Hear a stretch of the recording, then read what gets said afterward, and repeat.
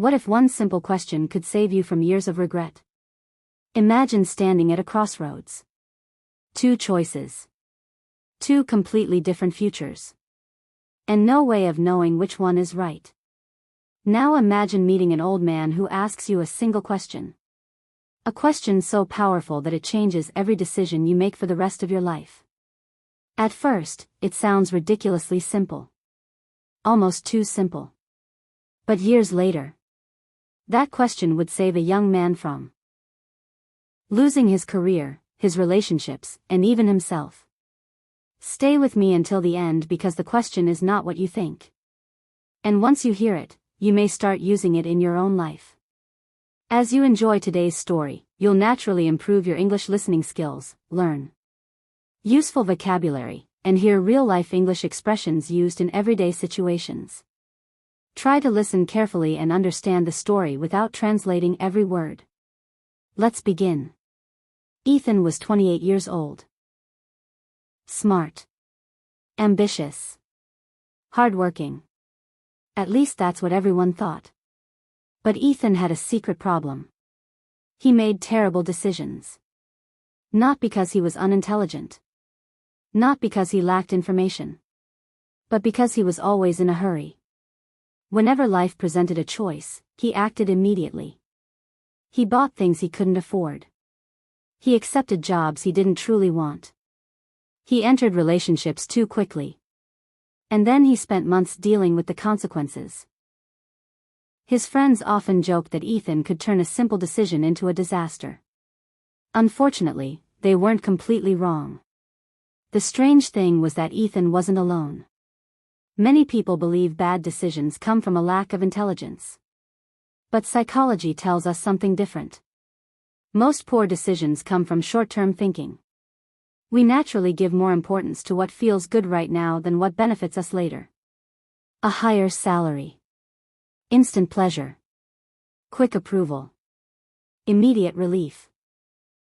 Psychologists call this present bias. And without realizing it, millions of people allow today's emotions to steal tomorrow's opportunities. Ethan didn't have an intelligence problem. He had a time horizon problem. One rainy evening, Ethan sat alone in a coffee shop. His latest mistake had just cost him a promotion. Instead of carefully preparing for an important presentation, he had accepted a risky shortcut suggested by a coworker.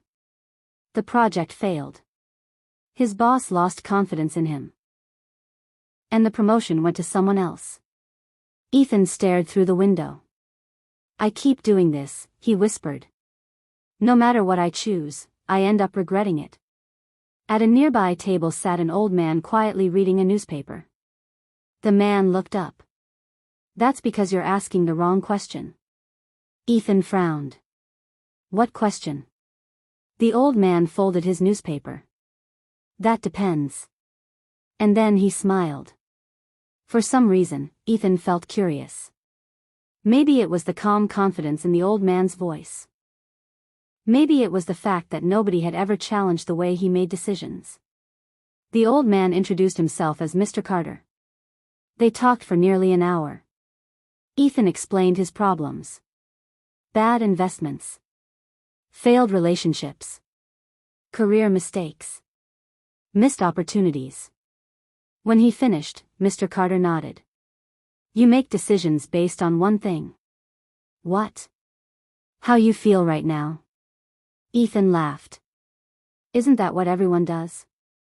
Mr. Carter shook his head. "Most regrets begin exactly that way." Ethan looked confused. Mr. Carter continued.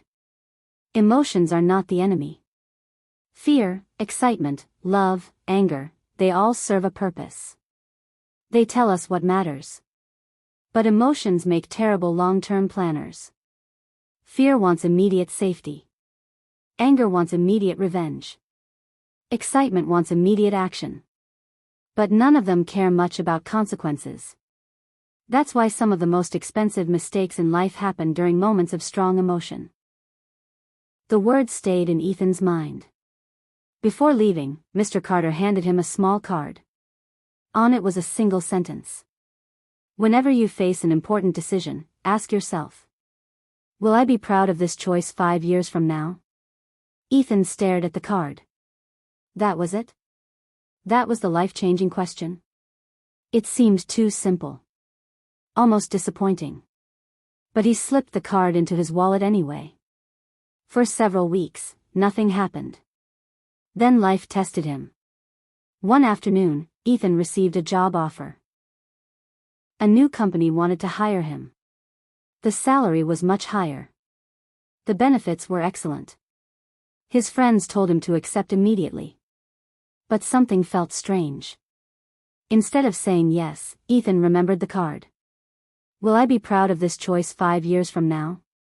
For the first time in his life, he paused. He researched the company. Read employee reviews. Spoke to former workers. What he discovered shocked him. The company was famous for burnout. People quit constantly. Management had a terrible reputation. The higher salary was hiding a deeper problem. Many opportunities look attractive because they offer immediate rewards. More money. More status. More recognition. But mature decision-making requires looking beyond the first layer. Sometimes the opportunity you chase becomes the regret you carry. And sometimes the opportunity you reject becomes the disaster you avoided. For the first time in his life, Ethan walked away from an offer that looked attractive on the surface. Months later, the company collapsed. Many employees lost their jobs.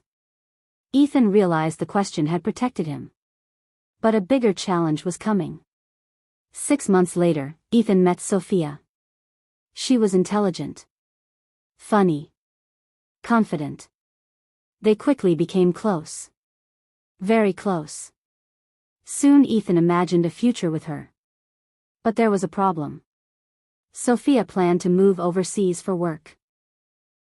She invited Ethan to join her. His emotions screamed yes. His heart wanted certainty. His friends encouraged him. His family warned him. Ethan felt trapped. Every part of him wanted an answer immediately. Then he remembered the question. Will I be proud of this choice 5 years from now? For days he thought carefully. Not about what felt exciting. Not about what felt comfortable. About what future Ethan would respect. The answer surprised him. He realized he wasn't choosing Sophia. He was running away from problems in his own life. The move wasn't about love. It was about escape. One of the hardest truths in life is that we often disguise escape as opportunity. We tell ourselves we're chasing a dream. Starting over. Following our heart.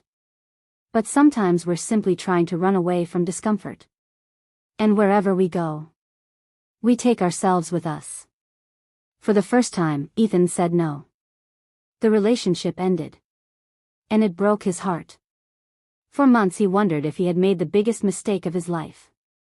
Then 1 year later, he learned something unexpected. Sophia had returned home. The overseas opportunity had failed. The future they imagined had never truly existed. The question had protected him again. But the most important decision was still ahead. 3 years passed. Ethan's career improved. His confidence grew.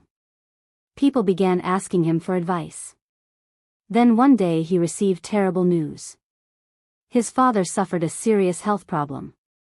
The doctors couldn't guarantee recovery. Ethan sat alone in a hospital corridor. Fear filled his mind. At the same time, his company offered him a major promotion. The promotion required relocation. Another city. Another life. A huge opportunity. But accepting it meant spending less time with his family during one of the hardest periods of their lives. This was different from every decision Ethan had faced before. Career decisions affect income. Relationship decisions affect emotions. But family decisions affect identity. Years later, people rarely regret working 1 extra month. But many regret the conversations they never had. The visits they postponed. The moments they assumed would always be there. For days Ethan barely slept. Money, career, family, future. Everything seemed important. Finally, he returned to the old coffee shop. The same place where he had first met Mr. Carter. The old man was there. Older now. Slower. But still smiling. Ethan explained everything. Then he asked, "What would you do?" Mr. Carter looked at him carefully. Then he said something Ethan would never forget. The question was never about predicting the future. Ethan blinked. "What do you mean?" "You cannot know the future. Nobody can." "Then why ask it?" Mr. Carter smiled. "Because it forces you to become the person who creates a future worth respecting." He paused. Then continued. "Most people spend their lives trying to predict outcomes. They ask, will this work? Will I succeed? What if I fail? But those questions are impossible to answer. The better question is, what kind of person does this decision help me become? Because your future is not built by one giant decision. It's built by thousands of small decisions repeated over time." Silence filled the room. Suddenly Ethan understood. The question wasn't about being right. It was about living according to values. About becoming someone he could respect. Someone future Ethan would thank. The answer became clear. Ethan declined the promotion. Instead, he stayed close to his family. He spent precious months with his father. Months filled with conversations. Stories. Laughter. Memories. Time that could never be replaced. His father eventually recovered. Not completely. But enough. Years later, Ethan still remembered those months as some of the most meaningful moments of his life. The promotion? Another opportunity arrived later. An even better one. And this time, he accepted it without regret. One evening, Ethan returned to the coffee shop to thank Mr. Carter. But the old man wasn't there. The owner quietly informed him that Mr. Carter had passed away several months earlier. The owner handed Ethan a small envelope. Inside was a note. It read, "The quality of your life depends on the quality of your decisions. And the quality of your decisions depends on the questions you ask." Ethan smiled. Then carefully folded the note. For the rest of his life, he carried it with him. Most people imagine their future will be shaped by dramatic moments. A huge opportunity. A major breakthrough. A life-changing event. But life rarely works that way. The future is usually built quietly. One decision at a time. One habit at a time. One conversation at a time. The quality of your life is often nothing more than the accumulated result of the choices you repeatedly make. The old man's question wasn't magical. It simply created space between emotion and action. Before making an important decision, ask yourself, will I be proud of this choice 5 years from now? Not because it predicts the future, but because it helps you become the kind of person capable of creating a better one. Before you go, I want to ask you the same question Mr. Carter asked Ethan. Think about a decision you're facing right now. It could be about your career, a relationship, your finances, or even a habit you're trying to change. Now ask yourself, will I be proud of this choice 5 years from now? I'm curious to know your answer. What decision are you currently struggling with? And what part of Ethan's journey resonated with you the most? Share your thoughts in the comments. You never know, your experience might help someone else make a better decision today. If you enjoy improving your English while exploring powerful ideas about life, psychology, success, and personal growth, make sure to subscribe to learn English through stories.